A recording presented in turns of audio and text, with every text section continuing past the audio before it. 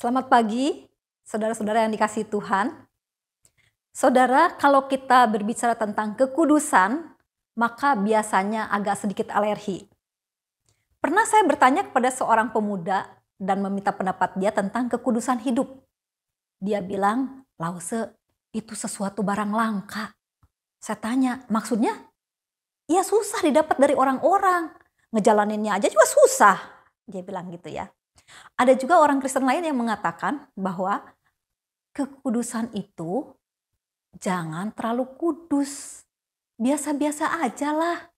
Siapa juga lagi dapat memenuhi standar kehidupan sesuai dengan Alkitab. Ya. Saudara, sebenarnya ingatkah kita mengapa kita memilih percaya kepada Kristus? Atau mengapa kita memilih beragama Kristen?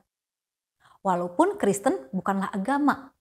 Kristen itu adalah pemulihan hubungan antara Allah dan manusia berdosa. Saudara, dulu orang tua kita yang pertama yaitu Adam dan Hawa, mereka tidak dapat lagi berhubungan langsung dengan Tuhan, berkomunikasi ataupun bergaul langsung dengan Tuhan karena mereka tidak taat kepada Tuhan. Inilah yang dinamakan dosa.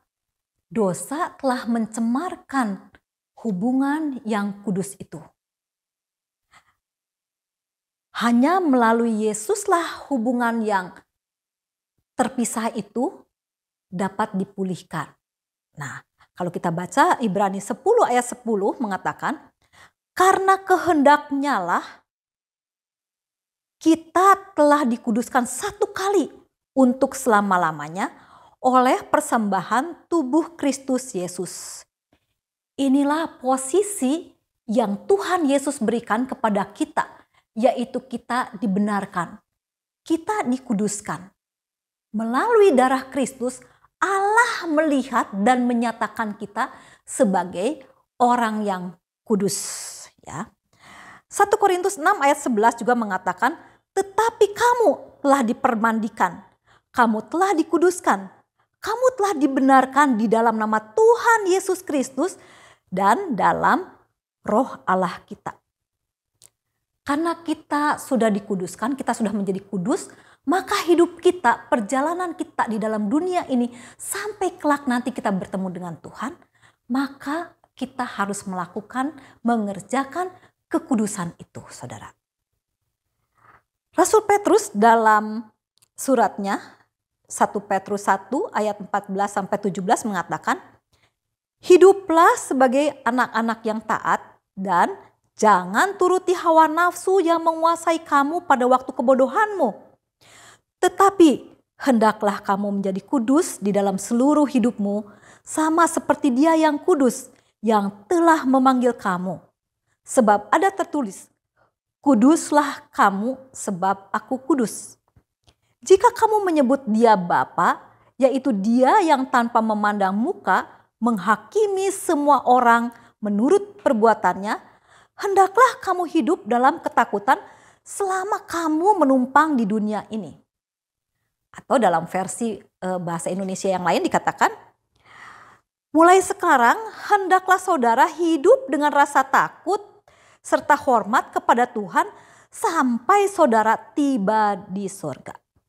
Rasul Paulus ingin mengingatkan pada jemaatnya bahwa sekarang hidup kudus yang mereka lakukan itu bukan untuk memperoleh keselamatan. Tetapi karena kita sudah ditebus dari hidup keberdosaan dengan harga yang sangat mahal. Melebihi emas dan perak yang ada di dalam dunia ini. Yaitu melalui darah Kristus. Allah yang menjadi manusia yang berkorban bagi manusia. Apa yang Yesus lakukan ini jangan kita sia-siakan. Kita jangan anggap enteng, jangan kita anggap remeh anugerah yang Tuhan sudah berikan. Petrus menyadarkan para pembaca suratnya supaya hidup kudus karena status kita ini sudah berubah. Kita sudah memperoleh keselamatan sebagai umat Allah dan kita menjadi kudus. Kalau kita sudah dibebaskan dari belenggu dosa, mengapa kita harus memperhambakan diri lagi kepada dosa. Saudara, alasan orang percaya hidup kudus karena mereka tidak mau menganggap remeh penebusan Kristus yang sudah dianugerahkan. Setiap orang percaya dipanggil untuk menjaga hidupnya berkenan kepada Allah. Dalam surat Rasul Paulus pun dia menyebutkan bagaimana kita harus hidup dalam ketaatan kepada Allah. Rasul Petrus juga tadi sudah mengingatkan kita. Mengapa rasul-rasul ini mengingatkan kita, memperingatkan terus-menerus berkali-kali? Karena kita cenderung lebih untuk hidupnya itu tidak taat, tidak kudus. Jika kita membaca keseluruhan perikop di dalam 1 Petrus 1 ayat 13-25, Petrus memberikan 3 pengingat bagi kita untuk dapat hidup kudus. Yang pertama, kekudusan dalam akal budi, yaitu ayat 13. Siapkanlah akal budimu. Berarti kita harus mewaspadai akal budi kita. Yang kedua, mengendalikan diri sendiri di ayat yang ke-14. Hiduplah sebagai anak-anak yang taat. Jangan turuti hawa nafsumu. Kita harus memiliki kekudusan di dalam bertindak. Yang ketiga adalah memiliki kekudusan dalam hati kita. Kita telah dilahirkan kembali bukan dari benih yang fana. Nah, ketiga hal ini kita lakukan terus-menerus sambil menantikan kedatangan Tuhan kita yang kedua kali, walaupun kita tidak tahu kapan waktunya itu. Rasul Yohanes juga mengingatkan kita dalam 1 Yohanes 2 ayat 28. Saya akan bacakan dalam versi bahasa Indonesia, dalam versi firman Allah yang hidup. Dan sekarang anak-anakku, tinggallah tetap dalam persekutuan indah dengan Tuhan.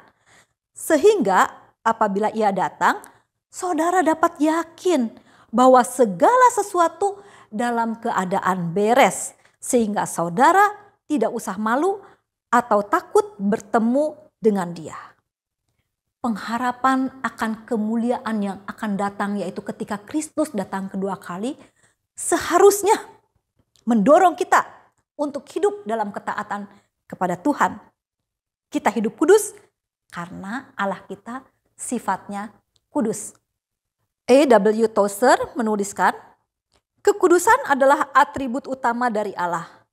Semua atribut Allah merefleksikan kekudusannya. Setiap orang tua mewariskan atributnya kepada anak-anaknya. Tidak hanya secara fisik, tetapi juga secara mental dan emosi. Allah ingin agar umatnya juga serupa dengannya. Oleh karena itu Tuhan memerintahkan, kuduslah kamu sebab aku kudus. Hidup kudus itu bukan pilihan bagi orang Kristen. Hidup kudus adalah cara hidup orang-orang Kristen yang telah menerima anugerah penebusan dalam Kristus. Seharusnya saudara, kekudusan itu bukanlah sesuatu yang langka seperti yang disebutkan oleh seorang pemuda yang saya tanya tadi ya. Tetapi memang karakter Bapak kita kudus sehingga kita ini harus kudus. Jadi nggak boleh juga kita separuh kudus aja, ya semampunya saya aja deh bisa berbuat kudus. Tidak. Karena Bapa kita kudus, dia mewariskannya kepada kita anak-anaknya, sehingga kita harus hidup kudus. Saudara, Tuhan Yesus meyakinkan murid-muridnya bahwa Roh Penolong yaitu Roh Kudus akan memimpin kita ke dalam seluruh kebenaran. Memimpin dalam arti membimbing dan menuntun. Kalau membimbing berarti ada saatnya juga kita bisa gagal. Tetapi dia akan mengembalikan kita. Dia akan memberi pertolongan lagi kepada kita. Dia akan menuntun ke dalam seluruh kebenaran, bukan separuh kebenaran, tetapi kepada seluruh kebenaran. Roh Kudus adalah jaminan kita untuk dapat terus hidup dalam ketaatan ketika kita membebaskan dia bekerja di dalam hidup kita. Biarlah setiap kita mencerminkan sifat Bapa kita di dalam kehidupan kita sampai kelak kita berjumpa dengan Dia yang kedua kalinya. Amin. Mari kita sama-sama berdoa. Bapa, kiranya kami sebagai anak-anak-Mu mencerminkan Engkau, mencerminkan sifat-Mu yang kudus. Kiranya Roh Kudus menuntun kami untuk hidup dalam seluruh kebenaran-Mu, sehingga ketika Engkau datang untuk kedua kali, kami dengan sukacita bertemu dengan Engkau. Dan kami selalu menanti-nantikan saat itu ya Tuhan, dengan penuh kerinduan. Kami berdoa dalam pengharapan kepada Kristus Yesus Tuhan kami. Amin.